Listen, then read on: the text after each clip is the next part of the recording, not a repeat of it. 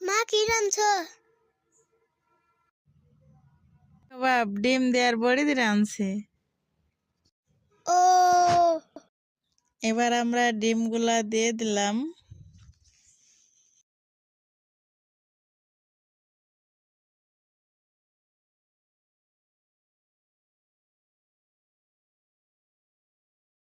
তো আমাদের ডিমগুলা ভাজা হয়ে গেছে, তাই তুলে নিচ্ছি।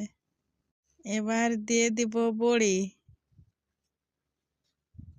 বড়িগুলা ভাজা হয়ে গেছে, তো তুলে নিচ্ছি।